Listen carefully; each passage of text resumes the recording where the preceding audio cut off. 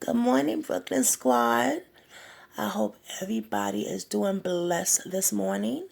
We're here for another video. So please subscribe, hit that notification bell for your girl so you know when I'm going to be dropping another banger. And also, let's see. Oh yeah, thumbs up also. All right. So let's get into this. I'm just now hearing about this True Crime Daily podcast. Shout out to CC and shout out to Miss V making it go viral. They gave me some good insight yesterday about this. So this lady is a podcaster and honey, she covers it all. Okay? Now there's two cases here which I haven't seen. I'm going to be watching it with you. So let's tune in. The unthinkable. Police say that she stabbed her child to death after hearing threats coming from the cartoon character SpongeBob SquarePants, who was on the TV. The mother told the police that SpongeBob, was telling her to hurt her child, and if she didn't hurt her child, SpongeBob would hurt the mother. It's absolutely ludicrous. The mother has a history of drug abuse, according to police, and allegedly admitted to taking cocaine on the day of the murder. A judge has ruled her mentally fit. She will stand trial. The judge is not buying SpongeBob's story, right? She's just not buying it. SpongeBob? So that's one case. We're going to look at that later. But first, what happens when someone has an identical twin and is accused of murder? I'm fascinated by this case. Can you ever be sure that you have the right twin? It never occurred to me, Robert, that we'd even be having this discussion because it doesn't come up that often in crime cases, right? Yeah, it certainly doesn't come up often. And when you sort of think about it, the only times, DNA has become such an important tool in crime solving, and everyone has a unique DNA profile. But the only time where it's going to be an issue will be like this one, of where identical twins would have the same identical exact DNA profile. But DNA doesn't appear to be an issue in this case, or doesn't appear that they use DNA in order to solve this case. But that's where you do have to kind of consider that, of where someone says, hey, it wasn't my DNA. Well, it's unique to you unless you have an identical twin. In this case, he did. It's just amazing. It's like, when it comes to crime and solving crimes, we rely so heavily on witness identification, on security videos, right, of the alleged perpetrator, the complexities of matching DNA and familial DNA. So all of this is unfolding right now in a Chicago murder case. Kevin Dugar Chicago was again? convicted of murder in 2005 and sentenced to 54 years in prison. The death occurred during a gang shooting with a rival gang, according to prosecutors.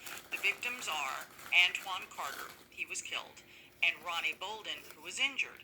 Okay, so here's the thing. So Kevin Dugar has always insisted that he was innocent. He even rejected a plea offer, which is very interesting. The deal would have been this, that it would have cut his prison time down to 11 years. So he likely would have been released 5 years ago had he taken that deal. Oh, wow. But he didn't. So again, I know we have this discussion.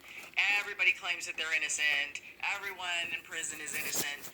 But he didn't take a deal that would have been a lot sweeter. Okay, so now Kevin has been released from prison after 20 years because his identical twin wrote a letter. Okay, his twin is named Carl Smith. Carl Smith admitted to being the person who did the shooting, the trigger man. Okay, we're going to put up the pictures for you. For those of us who are watching, you'll be able to see this and judge for yourself. If you're listening, I'm going to describe them. So Kevin is the one who was convicted. Kevin will be on the left. Carl is the one who is now admitting to being the killer and is on the right. Now, except for some slight differences, I would say, in their cheeks, their mouth, and facial hair, which you can change, they really are identical. Just, it's unbelievable. Yeah. So, also, they have different last names, and the reason being that Carl, the one who says he did it, took his mother's maiden name. All right, so here we have twins, identical twins. Now, what you also need to realize is that both of them have been in prison. So, Carl, who's now saying that he's the real killer, is in prison probably for the rest of his life, is out of appeals, and that's going to factor into the believability of his story. So, the twins, Carl and Kevin, they both admit growing up that up until the time that they were 8 years old, they used to dress alike. They admit that they did what I call twin shenanigans, always pretending to be the other twin, whether in a social situation or for their purposes, crime enterprises. They claim, both of them had the same street name, Twin, and they said that they operated as one. The twins operated as one, so I think it's very possible that depending on the business transaction, you may or may not have known which one you were dealing with. Robert, what do we do with this? Well, when I first heard about it, I was thinking in terms of what happened at the initial trial stage. It wasn't unknown to prosecutors and law enforcement that Carl's the one who did it. Smith is the one who was convicted. Was convicted. So it wasn't unknown to prosecutors. No, hold on. Wait, I know it's very confusing. So Kevin is the one who was convicted. Carl is the one who's saying he did it. Right. So it wasn't unknown to law enforcement or prosecutors that Kevin had a twin brother who was living that same type of lifestyle. The eyewitness only stated that it was twin. So for them to go forward would let me think that they knew that Carl, or had some information that Carl was not around at the time, or that Carl could have been ruled out as a possible suspect, or something that lets them focus on one twin more so than the other. Because it doesn't appear that you have any forensic evidence, no DNA, no fingerprints. You just have an eyewitness who says, hey, I know the guy who did it, and I picked him out of a lineup. And to further confuse things, Carl, the one who is now admitting that he did it, he apparently was stopped by police after the shooting, and he claimed to be the other twin. Wow. Okay, so here you have one of the twins, Carl, the one now admitting it, gets stopped by police. He says, no, I'm actually Kevin. I presume he had to have shown them ID. So I'm starting to, because this one was bothering me last night, honestly. Last night I'm like, something's wrong about the stop. I'm like, how did he, and then I realized, I'm such a dope. I'm like, hello, they could very well have two sets of identification on them. So so all of that is continuing to be quite confusing. Now, here's what's really important about what you're saying, Robert, about witness identification and about, who remembers what. So the evidence against Kevin, this is the one who was convicted, relied on the testimony of two eyewitnesses, one of whom recanted on the stand during his trial. So the shooting victim who survived said that he waited months. This is the other tricky part of this conviction. He says that he waited months to ID the shooter, like who it was and then maybe which twin it was, because he said he planned on settling the score himself. Right. Very believable, justice. right? Totally believable. I mean, if any of all the things I've heard here about this case, that actually makes perfect sense to me. So now there's a delay in IDing it. This is the person who's been shot, right? And if you're working with both of them, I don't know if you all have had this experience with twins. Like, I grew up with twins, and I've had twins in my life. And if you meet both of them at the same time, wow. for me, they're identical. It's beyond confusing. If you I can imagine. only have a relationship with one of them and then you meet the other one, you can always tell which one you know, even though you're still staring at the other one in fascination at how identical they are. I mean, that's my experience, Robert. That may seem silly, but in an enterprise like this, if you meet twin and you find out that there are two of them and you meet them at the same time, how are you ever going to remember which is which? Right. Depending on the circumstances, especially something like this, if it's at night, it happens quick, it's an exciting event, definitely a traumatic event, you might not be able to tell in terms of which one that you're dealing with at that particular time. So, getting back to eyewitness accounts and verifying things, which we all know can be very faulty. Kevin, the one who was convicted, was identified as the shooter from a lineup that didn't include his twin. Please explain that to me. Why would you exclude the twin from the lineup? Well, yeah, and that does make it sort of tricky. When law enforcement presents a lineup to an eyewitness, you want to get people that sort of look similar in terms of having same characteristics, same complexion, same hairstyle, if they have a tattoo, if they wear glasses, don't wear glasses.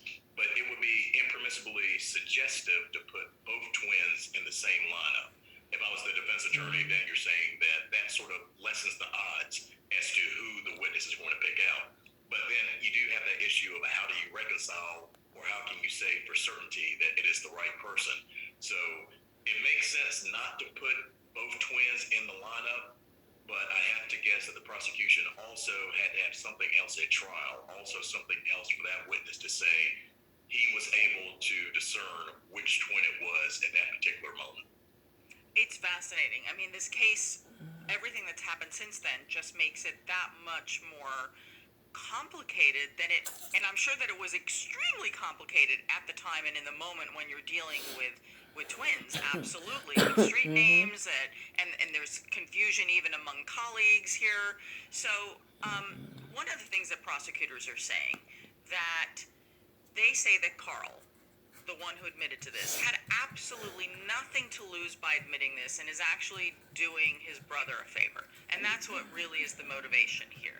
They say that because Carl is already serving a 99-year prison sentence for a home invasion robbery in which a child was shot in the head, that he has nothing to lose, especially because Carl has no appeals. He doesn't have another move like Kevin does with the letter that his brother wrote. So that's why the prosecution is just still refusing to accept that. Now, the courts have been different here.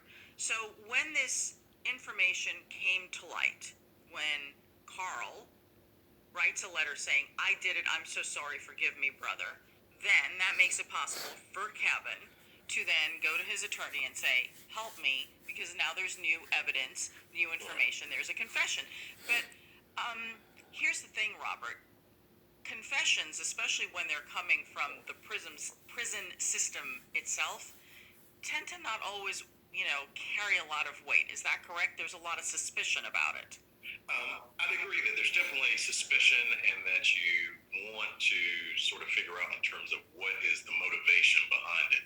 But I would agree in terms of that's more of a question of weight versus admissibility, meaning that information is relevant, that information should come in, and it will be up to a jury to decide how much weight they want to give to that in terms of that Carl has waited X amount of years, that Carl never came forward before, Carl is not getting out of prison for the rest of his life, and that's up for the new jury to weigh in as to how they want to factor that new information. And the prosecutor has not figured out yet what to do here in this case, whether there will be a new trial. I have a feeling a new trial would be really difficult, really confusing. But, that will be the prosecutor's decision. Now, I don't want to lose sight of the fact that we are talking about a very serious crime here. This is the commission of a murder. And that even if Carl or Kevin, everyone's somehow associated here, either convicted or claiming with very serious crimes. But I'm going to take a little detour on the life of this family. So these identical twins, because they've been in the prison system, they have not seen each other in decades. And their mother has not seen them. And here's the amazing thing. When they brought Carl, the one who's making the admission, to a courtroom to, go on the stand, make this admission in court about the letter, all of this, it's the first time the twins saw each other, were in the same room, and their mother was in the courtroom, and everyone was crying. Nobody could touch each other, but you've got Carl on the stand, Kevin, behind the table, and then you have the mother in the gallery where the people sit and everyone's crying because it's the first time everybody's seen each other in 38 years. Like, how crazy is that? Yeah, I mean, especially in terms of, like I said, for that family, that mother has lost two sons to the criminal justice system, and that's not to make light of the fact that there's another family that lost their loved one who was tragically killed. So there are no winners in a case like this. Everyone is suffering at some point. Yes, absolutely. But I just really, when you look at this and so much loss and trauma and crime, and then you see how it affects a family from a different perspective, it's just like that to me was a window into something we don't often discuss. So it was an attorney at Northwest Pritzker School of Law that took on Kevin's case. And the letter of confession was written in 2013, and then they went to court to get the case dismissed in 2018. This would be the murder charge against Kevin. But the judge ruled that the confession wasn't credible and denied it. Are you really surprised? I would be. I am somewhat in terms of at this stage because you have post-conviction relief, and it's called like different things in different states. So he's gone through his normal course of appeal, saying that there was something wrong in the trial. And at this stage, you only get review. One of the things that you can get review for if you are able to show there was new evidence that could not have been uncovered at the time of the trial. So here they were saying we could not have known this at the time of the trial that the twin brother did it. And I think that, although I guess we say it's discretionary, but I would agree that they should have erred on the side of caution and said, hey, this is new evidence that a jury could have considered, and if they did, could have reached a different decision, which is what I guess the later court did. Yes, exactly. So, Kevin's attorney claims that this confession, this evidence, could not have been uncovered at the time, as you have just said. So on appeal, the Illinois Court of Appeals overturned the conviction, and this happened in 2021. The judges said that a jury hearing all the evidence available now would not reach the same conclusion. They would likely not convict Kevin knowing all that we know now, whether you believe it to be true or not. So that is why the Court of Appeal said this is overturned and you will be released. So Kevin was released 2 weeks ago on January 28th. He is now mostly a free man. I want to ask you about this. He's currently in something called transitional facility for the next 90 days. Is that he's still a free man, right?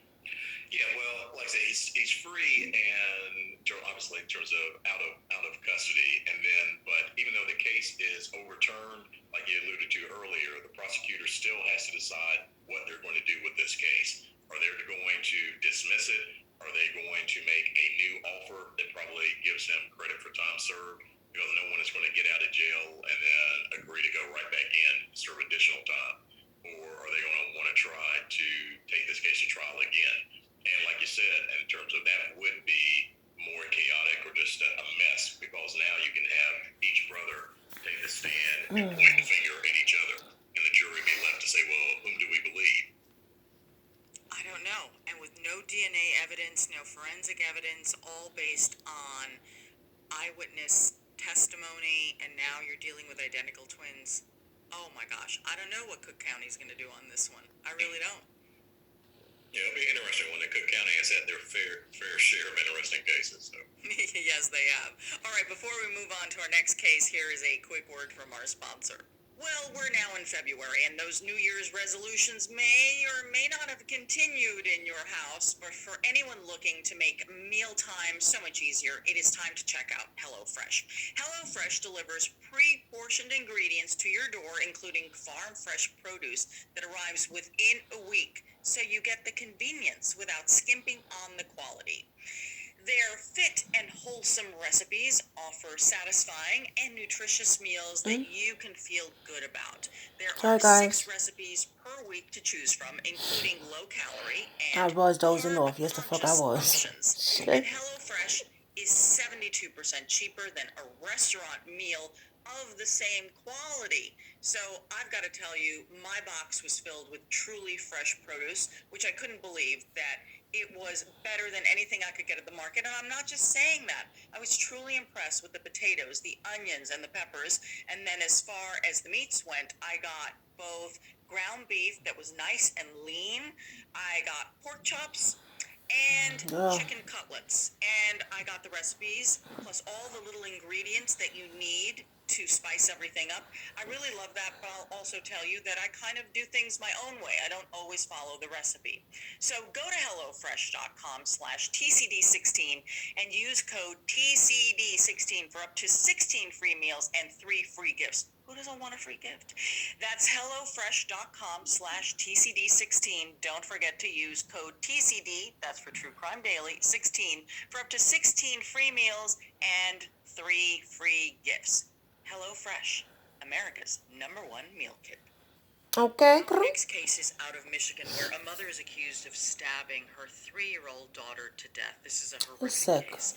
Police say the 22-year-old Justine Johnson told an investigator that the cartoon SpongeBob SquarePants was on the TV and that she heard voices through the television.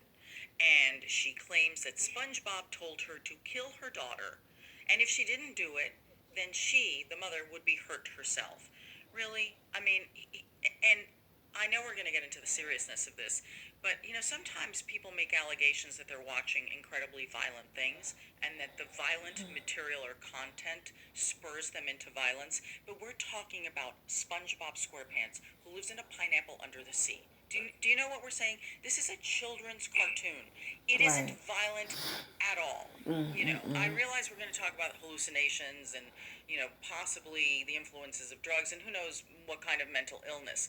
But to make that suggestion of something that is inherently, the content is not violent at all, because we see that all the time, don't we, Robert? That the excuse will be, I was playing a violent video game, I was listening to violent music, it was always the violent content that made me do it.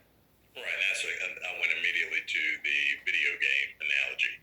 But yeah, so it's definitely, no one can say that they misinterpreted something from the cartoon or that made them numb to something. That's why they did this heinous act of violence.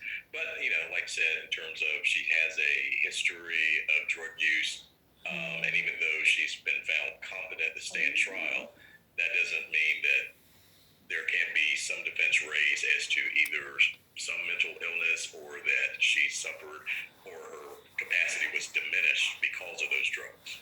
Absolutely. I mean, I think everything played a role in this. No sane person would do this, and when I mean that, I don't mean it in a medical term. I just mean it's like, mothers are not supposed to kill their children. It's pretty basic. You're not supposed to harm your child. You must do everything in your power to protect your child. Move this a little bit, y'all, so I can see. So angry when a parent does something either against a child or a child does something against a parent who is elderly. It just undoes me. It really does.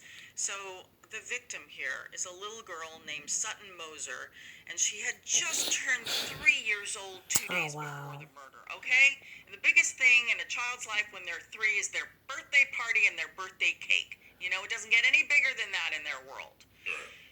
So it was the little girl's uncle, the mother's brother, who discovered the dead child. Sutton had been stuffed into a trash bag, like she is just a discarded piece of garbage. And apparently the child's foot was sticking out of the trash bag. The mother was not home when the girl's body was found, according to court records. So the murder happened in Escada Township, which is about 200 miles north of Detroit. And this happened in September 16th of 2021. But these details really have not come out until now because the court records have been released. And so that's why we really wanted to talk about this case. So Justine shared a home with her 2 brothers. One of them, a minor, is the one who found the little girl in the black trash bag that was then in a blue tote bag that was outside in the back.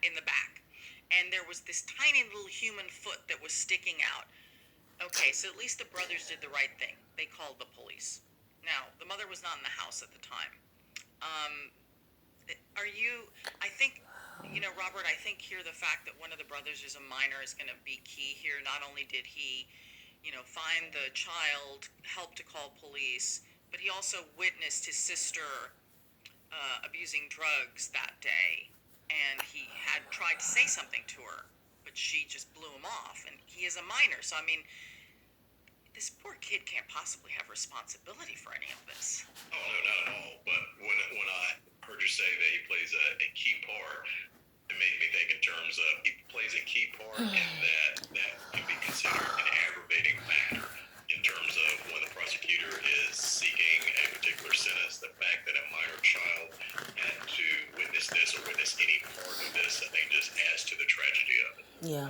Oh, I see what you're saying. The fact that, and of course, Justine is claiming innocence here, but we'll just say she's charged with this. So what you're saying is that Justine then exposed her younger brother to this level of violence, whether he witnessed the act or not. He apparently did witness her drug use, and who knows what else was going on. So in a way, a crime has been committed against him in the way her actions occurred in his presence. Exactly. So even they don't charge crimes like child endangerment. So even if they don't charge her with that, that will definitely be used as an aggravating factor at sentencing, assuming it goes that far.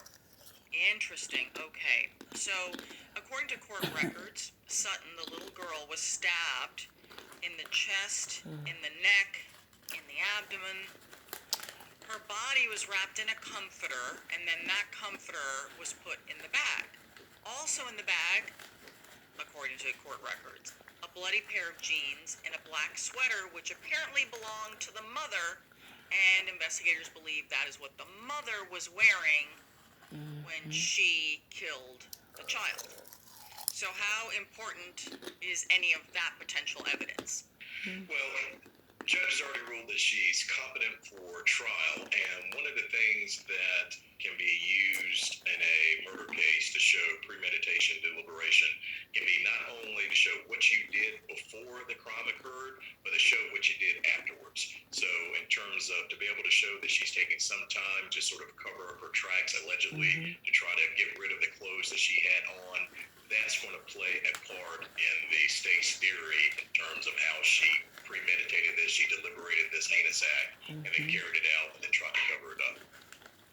Police say that they found blood stains on the closet door, on the sofas, in the bedroom where they say is where the crime occurred. They say they also found 3 knives that were found in the bedroom.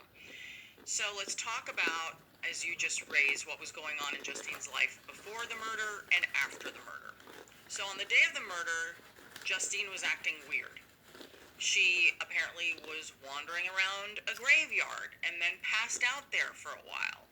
Then she went to her own apartment, attempted to kill herself, but then somehow she ends up killing her child. So a lot of this is unclear. And, it may be unclear because sometimes when people act erratically, we can't clarify that for you because it's not logical. These are not logical actions. So then the following morning, this is the morning after Sutton is killed, officers found Justine, again, just wandering around. She told them that she blacked out and doesn't remember the killing. It's awfully convenient. Could be true. Could not be true. Right. Yeah, only she can really say that one way or another. But yeah, that's kind of a built-in excuse for her to try to distance herself from what happened. Absolutely. I mean, come on. Between the SpongeBob tail and then, Right. the acting erratically, it's all too much. Okay. So I want to get back to when she's apprehended by police. Justine Johnson was very calm and unemotional, say the arresting officers, and that she didn't wish to talk about the death of her daughter. Well, I bet not. Yeah, I bet that was just a little uncomfortable, wasn't it? Well, yeah, you want to distance yourself away, try to forget that if you can. So at the time of the killing, this is again all through court records, Justine was supposedly going through heroin withdrawals. No doubt that is very painful and very hard. And she stated that she had not slept in 2 weeks, and she had admitted to doing cocaine on the day of the murder. That is just a bad combination. Yeah. And like I said, all that will play in part in terms of as she tries to craft a defense. So it's not enough to absolve her completely, meaning that based on what we know thus far, is not enough for the judge to instruct. Because some defenses that if they are proven, that you can be found not guilty of them. So that's not enough, in my opinion, in terms of a defense of where she could be found not guilty. But it could be enough of a defense of where if she went to trial and was convicted, she could be convicted of a lesser charge. And then getting back to that minor brother, her brother who's underage, who apparently saw her doing the cocaine, and then he confronted her. And it has been relayed that she said to her brother, quote, "Mind your own effing business." So, Really? I mean, again, here is a young person trying to do the right thing, and, certainly not in a position of power to have overwhelmed her in any way. I mean, this is a minor. We don't know how old this boy is, but at the end of the day, your older sister is in a bad way. You do your best, but, it could have ended up deadly for him as well. Right. Yeah. Or we'll look at it as that she had an opportunity to take a different path, that her little brother came up and tried to stop her, and she didn't take advantage of that and went through with it anyway. Yeah. So Justine's been in prison since November without bond. She has pleaded not guilty to one count of felony murder and not guilty to one count of first-degree child abuse. The judge has determined her mentally fit to stand trial. So that's where we are with this case. I don't, the fact that she is mentally fit, how do, someone who's in such a drug-induced state, is there ever any leniency on that? And believe me, I'm not asking for it. In fact, I may throw the book at her. How dare you? You knew better. Someone tried to help you and stop you. Killing your child was not the answer, and SpongeBob didn't make you do it, lady. Right. And we say, can there be any leniency? There can be. How much so? Not very much. For instance, what we say, there's enough leniency and grace for her to have her charge reduced down so that she receives probation? No. Is there enough leniency or grace such that she wouldn't have to serve life in prison if she pled guilty? Certainly, I could see that. So So if this case proceeds in terms of she doesn't take the plea offer and proceeds to trial, her drug use, her history would be something that I would expect her defense team to raise at trial, and it would be up to that jury to determine how much weight they want to give to that in terms of what verdict they'll ultimately come down with. This case just turns my stomach. Really just turns my stomach. Really. Yeah, those types of cases where it involves a child death are never easy to deal with on either side. Never. Death at the hands of your mother. No. All right. Thank you for your comments on that one, Robert. It is time for our comment section.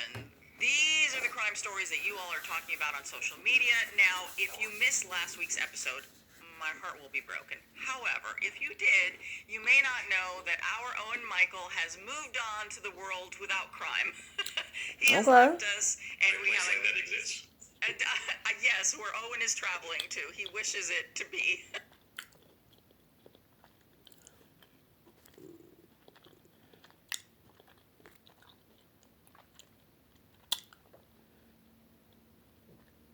Are you fucking kidding me?